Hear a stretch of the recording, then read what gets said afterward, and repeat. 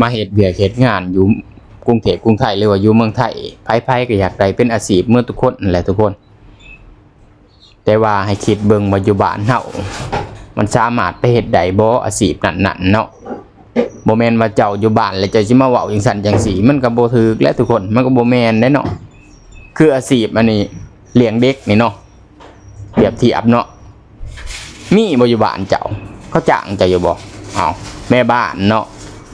แม่บ้านนี่จะเอาลูกเอาผัวเจ้าจะได้ก็เฮ็ดได้อยู่แล้วแม่นบ่มันตายโตเนาะ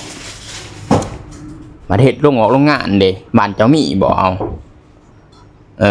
เจ้าใช้ประโยชน์ใส่จังได๋อีก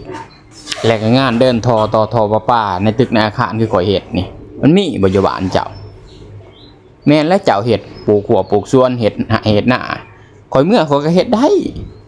เนาะทุกคน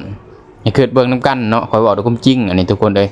ว่าบ้านเฮากับบ้านเขามันแตกต่างกันส่ำใดเนาะก็บ่ได้ด้อยค่าว่าบ้านเต็งมันอันนั้นดอกเนาะ